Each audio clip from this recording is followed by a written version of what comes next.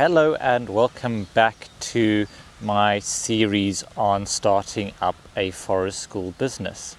Now, if you missed it, previous episodes and videos, we looked at finding a venue, deciding whether this is something that you really do want to do, finding your audience, setting up all of your policies, procedures, and all the qualifications you need.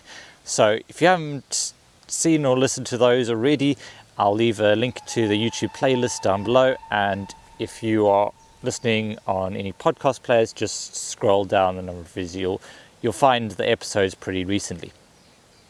So today we are talking about rates. So once we've got our audience and our venue and all of our policies and procedures pinned down, we're pretty much ready to go and start putting ourselves out there. But we need to put a value on what we offer. Whether we are going directly to the customer or whether we are going to an organization, we are making a value proposition. Very few of us get to do this for free. And many of us need to eat and provide an income and so on. And this is an area that a lot of leaders find particularly difficult.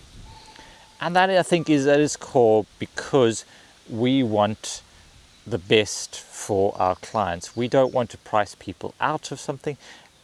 We care very much about what we do as outdoor leaders.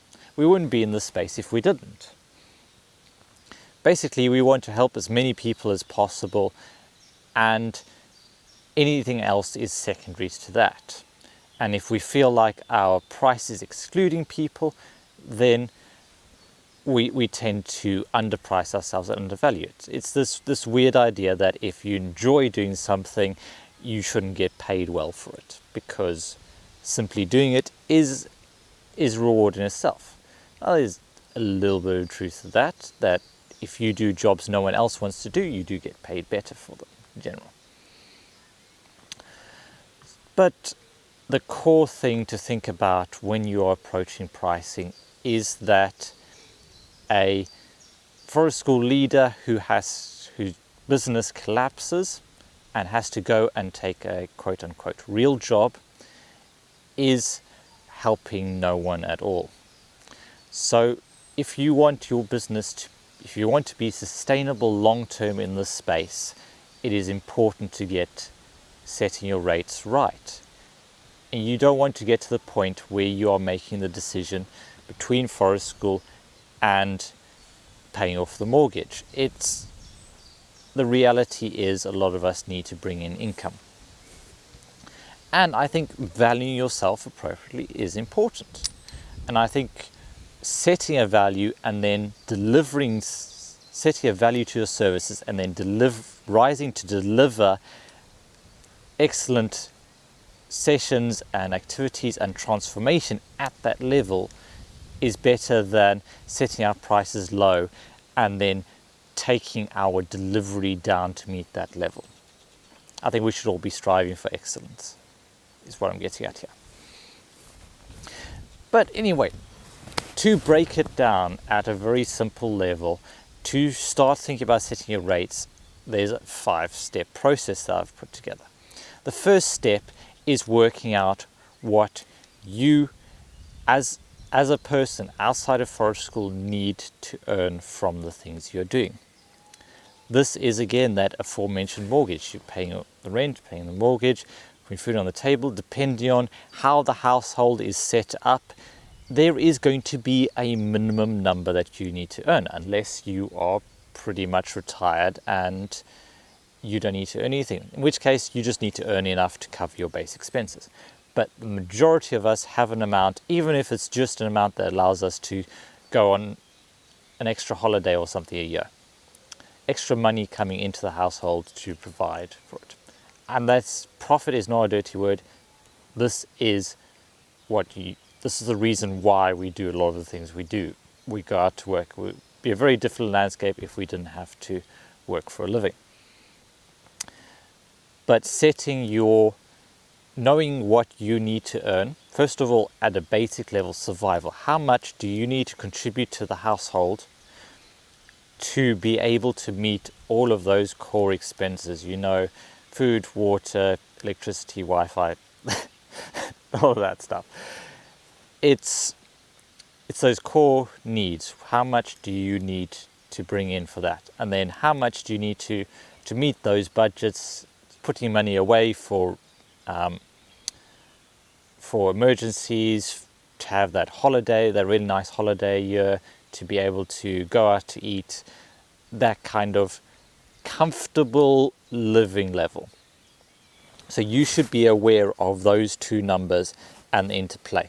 Now, obviously, I'm going to encourage you to shoot for that comfort level, but it might be difficult starting out. You may just be looking to get to that basic level. And sometimes it might mean, okay, I'm starting out, I don't quite know what I'm doing, I'm still building my confidence. I'm going to charge just enough that I can make sure that I can still keep a roof over my head. And then as I gain qualifications, as I gain experience, as I gain increased ability to create transformation, then I'll move my price up until I get to that comfortable level, or if I get more clients, or if I get more schools. But you need to know what your base take-home pay needs to be. Then we can move on to business expenses. And these are the expenses that you need to keep a business moving. So core one would be insurance. You need to have insurance for physical activity. That has a cost. You need to have training, first aid training, that's a cost.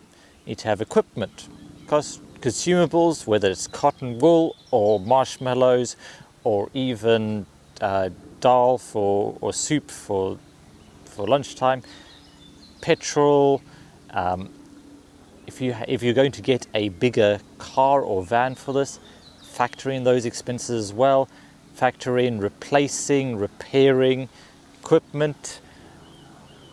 There's 101 things that feed into it, from running a website, to paying booking, to running a booking site, to marketing, all of the rest. It can be done on a really low budget, and your goal starting out should be to keep these costs as low as possible. But you've got to know all of your costs and go through systematically. And right at the end of this, I will give you a resource which will help you. I'll show you where you can get a resource which is really helpful in working out what all these are, what all your associated expenses are. Good starting point, because it can be a bit daunting to work out exactly what your costs are. Okay, so working out all of your expenses and overheads, knowing how much it costs you, even if before you've even delivered a session, just to turn up, how much does it cost you then? So once you've got those two numbers, you've got your take-home pay, and then what the business needs, you can add those two together. Step 3, work out how much you need to take in a month. How much you need to take, what is your monthly business income? So this is before tax, before anything else. How much do you need to bring in into the business so the business stays afloat, so you can pay the insurance, and how much needs to come into the business so that you can stay running these sessions, so you can live. Then once you've got those, you can then add on a little bit extra, because if you're running this as a business, you're running it as freelance, there are associated costs that that are hidden from an employee, that kind of get taken off before they even see their net pay. Things like national insurance, sick pay, holiday pay, pension contributions. All of these are now your responsibility as a business owner or a freelancer, and you need to make allowances for it. If you are likely to need maternity or paternity leave, need to be able to step away from the business for a long time, unless you have someone else who's providing a lot of extra income into a pot somewhere so that you can take that time off. It's your responsibility to put that money aside. Sometimes you may even break a leg or something else, and if you're getting up to a proper level of income, then you may well need insurance to cover that. You might get sick for a week or two, and a sick forest school leader doesn't generally run very many sessions. And taking holidays is important too, so work in those costs as well. I've worked it out. The cost of being freelance as opposed to being employee is an extra 15%. So you've got that monthly amount, which is your business overheads, your take-home pay. You add in another 15% to take care of holiday, sick pay, etc. You may want to also consider whether tax figures into this as well, if you're going over the taxable threshold. So getting that to 15-20% extra. So this will give you a monthly amount, the amount that you need to bring in, what we call revenue, gross revenue, what is coming into the business. This isn't as important as profit, but it is worth knowing. So once we've got that monthly amount, then we need to break it down into daily amounts, because most of the time you will be working sessions based on a day or a half day. For various reasons, I would discourage anyone from charging an hourly rate. Hourly rates just don't take into account all of the extra time and effort we put in, and I don't think they work really with the forest school model. So half day, day rates, maybe multiple day rates, that's where you want to be. So you need to work out exactly how many sessions you can realistically run a week or a month. Now this is working in admin days, times to deal with the equipment.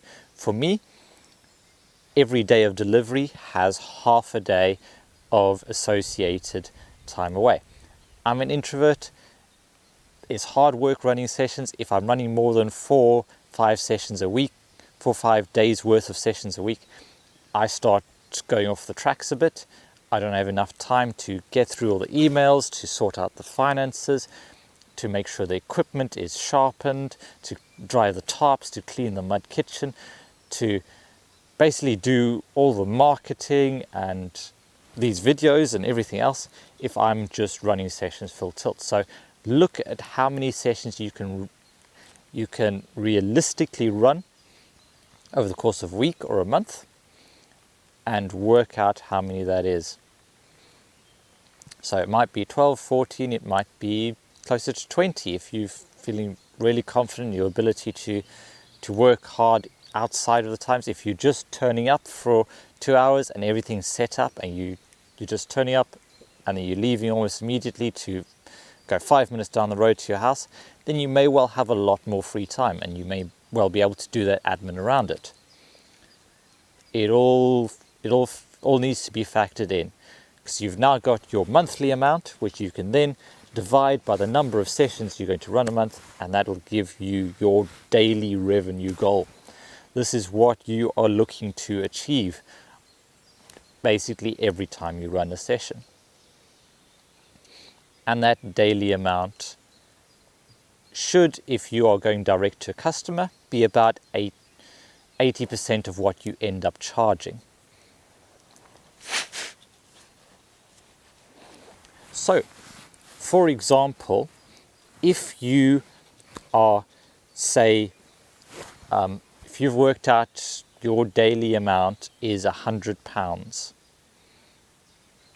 that you need to earn to be able to keep the lights on, to be able to pay all of the bills in the business, plus your 15% or whatever to ensure holiday pay and sick pay is covered, you've got that £100.